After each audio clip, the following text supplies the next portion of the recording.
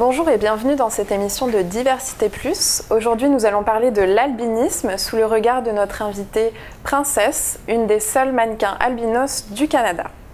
Bonjour Princesse, bienvenue. Bonjour, merci. Donc d'abord Princesse, qu'est-ce qui vous a mené au métier de mannequin? En fait, disons que j'ai été d'abord repérée. Enfin, on m'a toujours parlé du mannequinat, on m'a toujours dit que je pourrais essayer. J'étais grande, j'étais mince. Mais au début, franchement, ça ne m'intéressait pas. Donc après, il y a une amie qui m'a attiré un casting et je me suis dit, bon, j'ai rien à perdre. Et j'ai été sélectionnée. Donc mon premier défilé, c'était vraiment pour une marque locale, une marque qui s'appelle Nicole. Et ensuite, pendant le même été, je me suis rendue en fait au festival en fait, même pas. C'était avant le Festival de mode et design de Montréal en 2011. Il y avait le Festival du Bal Rayé qui avait été organisé en l'honneur de la présence de Jean-Paul Gaultier à Montréal. Et donc, je suis allée sur place au défilé et je suis tombée sur lui. Et ils m'ont parlé de leur défilé qu'ils allaient faire à Montréal. Ils m'ont demandé de défiler pour eux et j'ai accepté. Je ne pouvais pas dire non, c'est sûr. Et ça a commencé comme ça. D'accord. Ouais. Et justement, il y a pas mal en ce moment, on voit beaucoup de visibilité des albinos, notamment dans les clips musicaux. Et est-ce que dans le monde de la mode, qui est un peu plus normé, il y a beaucoup de personnes comme ça qui veulent casser les normes et qui veulent vous aider aussi à monter? Il y a certaines personnes, en fait, c'est vraiment plus des designers qui sont vraiment avant-gardistes, comme Jean-Paul Gaultier ou autres. Mais le milieu de la mode est vraiment un milieu très strict. Ils ont vraiment certaines préférences pour les mannequins. Même pour les mannequins à la peau noire, c'est difficile. Donc déjà, et en plus être noir et albinos, c'est encore plus compliqué de rentrer dans ce milieu-là. Mais tout est possible. Tout est possible. Il commence à avoir plus d'ouverture et il commence à avoir de plus en plus de mannequins albinos dans le milieu de la mode. D'accord. Et dans le milieu de la mode au Canada, comment ça se passe? Est-ce que vous avez essayé d'entrer dans des agences à Montréal notamment? Oui, c'est beaucoup plus difficile à Montréal parce que côté mode, Montréal ça débute encore, c'est pas comme Paris ou New York ou Milan. Donc c'est très difficile, ils préfèrent vraiment les mannequins avec un look vraiment, disons, commun, commercial. Donc c'est les grandes blondes ou les grandes brunes, grandes mais pas trop grandes.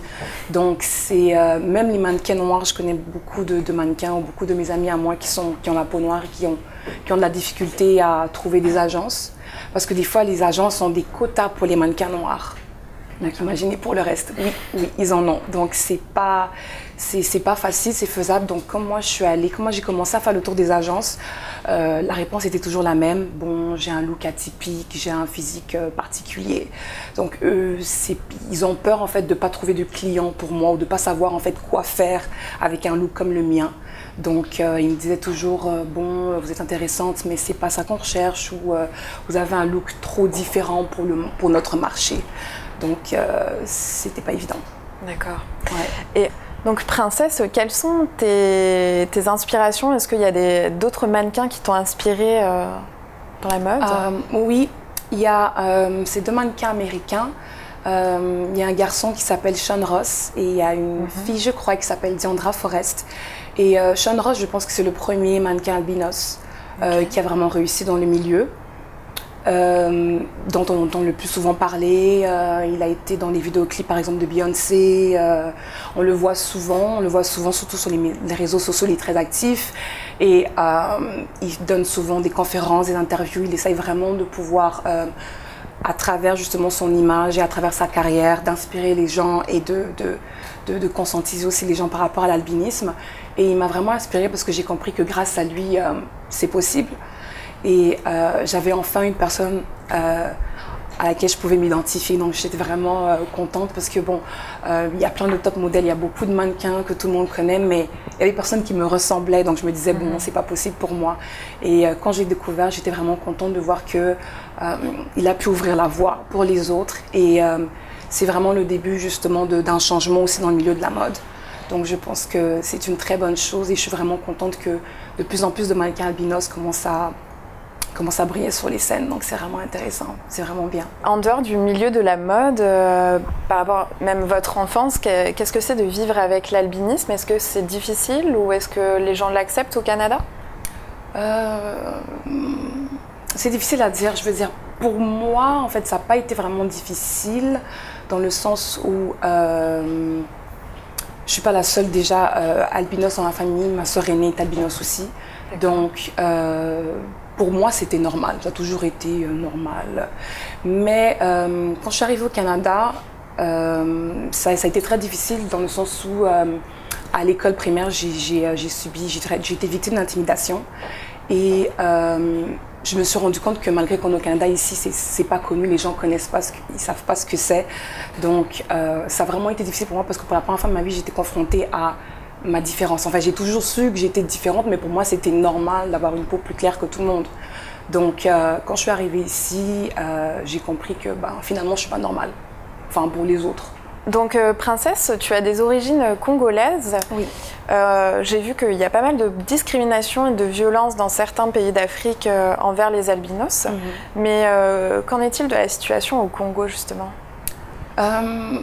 Effectivement, j'ai même appris par rapport aux violences qui sont faites aux albinos, je l'ai appris ici à Montréal.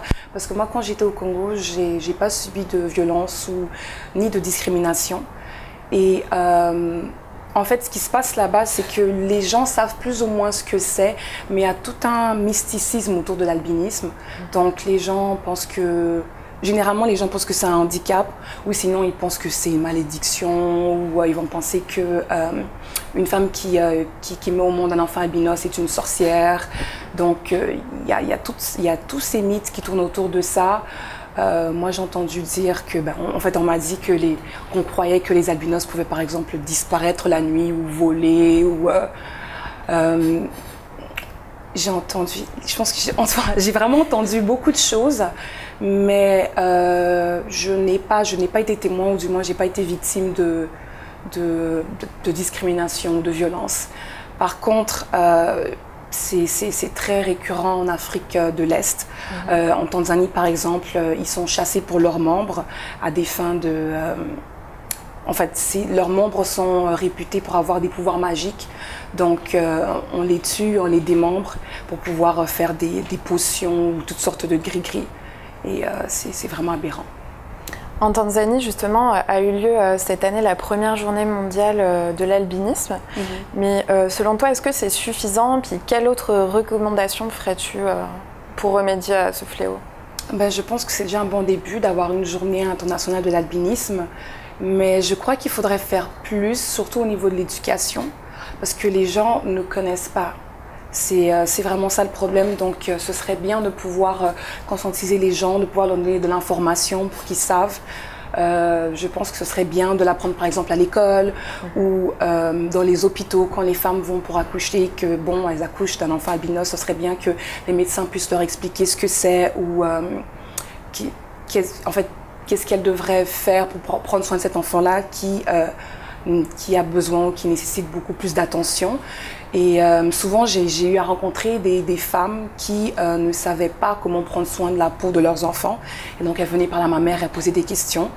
Et elles ne savent pas comment protéger la peau du soleil. Elles ne savent pas vraiment que peut-être que son enfant a des problèmes de la vue. Donc, je trouve ça vraiment dommage. Ce serait bien que les hôpitaux puissent prendre ça en charge ou des gens ou des organismes qui pourraient leur expliquer quelles sont les démarches à faire, qu'est-ce qu'elles devraient faire pour protéger justement leurs enfants.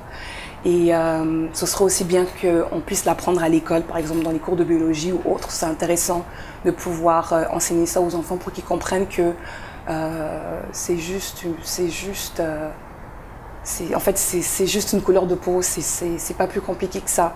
Donc, c'est vraiment intéressant qu'on puisse vraiment donner de l'information aux gens et peut-être que les mentalités changeront. D'accord. Et cette particularité génétique, qu'est-ce que ça peut amener comme problème de santé et quels besoins spécifiques vous avez par rapport à ça? Par rapport à ça, c'est sûr et certain que la première chose, il faut que je protège ma peau. Donc, vu que j'ai la peau très pâle, ma peau est très sensible aux rayons du soleil. Donc, il faut toujours que je mette la crème solaire quand je sors à l'extérieur. Il faut aussi que je protège mes yeux avec des lunettes de soleil ou avec un chapeau. Et à part ça, il y a d'autres problèmes, ça vient avec la myopie. Je dois toujours porter des lunettes, surtout pour lire, parce que je vois très mal. Mais à part ça, c'est sûr aussi qu'il y a des risques de cancer de la peau plus élevés. Mais quand on se protège bien, on n'est pas censé avoir de problème. Ok. Ouais. Et au niveau des soins qui sont pris en charge par l'État canadien, donc vous parliez de lunettes par exemple, est-ce que tout est pris en charge comme, reconnu comme une maladie génétique ou non? Oui, c'est reconnu comme un handicap. D'accord. Et donc, les examens de la vue, les lunettes, tout ça est pris en charge. Ouais, tout ça est pris en charge par l'État, sauf par contre la crème solaire. Je trouve ça dommage parce que c'est vraiment quelque chose que j'ai besoin tout le temps et ça aurait été intéressant de pouvoir en fait, ça aurait été intéressant que l'État puisse prendre en charge aussi la crème solaire ou par exemple pour les rendez-vous chez le dermatologue. C'est extrêmement difficile d'avoir un rendez-vous chez le dermatologue. Ça peut prendre 6 mois pour les rendez-vous, alors que pour moi, ça devrait être... je devrais vraiment consulter un dermatologue régulièrement. Et ici, je veux dire, je suis considérée comme une personne normale, donc le dermatologue, si je veux le voir, je vais attendre comme tout le monde. Okay. Est-ce qu'il y a des associations, des organisations qui soutiennent les familles d'enfants albinos, par exemple, pour les soins, justement au Canada? Non, en fait, je connais une seule association, c'est Under the Simpson. Et, mais en fait, je crois que c'est à Vancouver. Ici à Montréal, je ne connais pas d'association. Par contre, il y a l'ACUPEV, c'est l'association des parents d'enfants handicapés visuels. Et cette association-là, c'est généralement, on retrouve des parents qui ont des enfants qui sont aveugles, généralement, ou qui ont des problèmes de vue. Et cette association-là, en fait, ils aident justement les familles à pouvoir les trouver des organismes ou bien des endroits où ils peuvent s'occuper justement des soins de la vue ou par exemple, ils sont en association avec la fondation Mira pour les chiens de guide, pour les aveugles. Et c'est cette association-là qui nous ont parlé d'un institut à Longueuil, ça s'appelle l'Institut Nazareth et Louis Braille. Et c'est là-bas justement que je peux aller pour mes examens de la vue et c'est pris en charge par l'État. D'accord. Ouais. Bah, merci pour ces informations. De rien. Et sinon, Princesse, quels sont vos projets, donc soit dans le milieu de la mode ou autre? Est-ce que vous avez des projets? Oui, bon, pour le milieu de la mode, en ce moment, c'est un peu en stand-by parce que je me concentre sur mes études. Mais bon, déjà, j'ai comme projet de pouvoir écrire un livre, de publier un livre. Et bon, ça va être un peu une autobiographie. En même temps, à la fin, ce sera un recueil de poèmes. Et je voudrais un peu parler de certaines difficultés que j'ai eu à rencontrer pour que les gens puissent un peu savoir, en fait, ce qui se passe vraiment dans la peau d'une personne comme moi. D'accord. Est-ce que tu voudrais profiter de ta visibilité pour peut-être monter un organisme en faveur des albinos ou alors faire partie d'un organisme? Oui, bien entendu.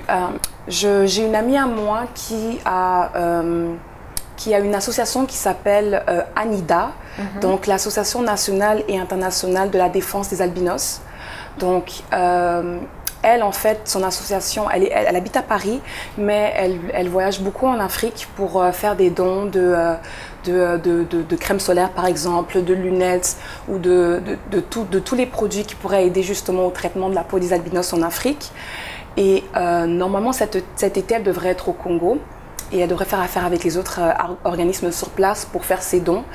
Et c'est une amie à moi et je la soutiens beaucoup par rapport à ça et elle a décidé justement de me nommer ambassadrice de son association. Et puis j'ai toujours voulu justement profiter de la visibilité que le mannequinat me donnait pour pouvoir faire quelque chose. Ma mère aussi a toujours voulu aider les gens, donc elle est tout le temps en train de donner de l'information à des femmes qui ont des enfants albinos pour le traitement de la peau, pour tout ce qu'il faut faire. Et elle a toujours voulu, actuellement elle est au Congo et elle va travailler justement avec mon amie qui sera sur place pour aller rencontrer les organismes sur place et l'aider justement à pouvoir faire les dons.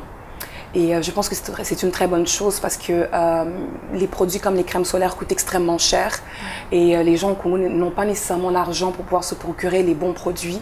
J'ai même entendu dire qu'il y a des femmes qui mettent la crème, même pas, elles mettent de la vaseline sur la peau de leurs enfants, mais ça ne protège en rien. Donc je pense que c'est une bonne chose de pouvoir aller distribuer des crèmes solaires gratuitement pour aider les familles qui sont dans le besoin. Et avec le soleil en Afrique, il fait chaud toute l'année longue. Et des fois, les enfants, ils ont des taches, ils commencent à avoir un début de cancer. Et je pense que c'est une très bonne chose. Elle travaille justement en partenariat avec certaines marques de produits françaises comme La Roche-Posay, et elle obtient une grande quantité de produits et elle va les distribuer en Afrique. Donc je pense que c'est une bonne chose, et je pense qu'il devrait y avoir plus d'organismes qui s'occupent de ça, parce que les gens des fois ils n'ont pas accès. Souvent les gens qui habitent peut-être dans des villages reculés ou dans d'autres pays, ils n'ont pas accès à tous ces produits-là. Donc c'est vraiment intéressant que tout le monde puisse pouvoir se les procurer, ou qu'il y a des gens qui puissent aller par exemple emporter les produits dans les villes ou les villages plus reculés. Est-ce que vous voulez laisser vos coordonnées à nos spectateurs pour qu'on vous contacte? Oui, bien sûr. Mon adresse email, c'est princesse.mady@gmail.com, et sur Facebook aussi c'est le même nom, ainsi que les réseaux sociaux. D'accord, merci beaucoup. De rien. À bientôt.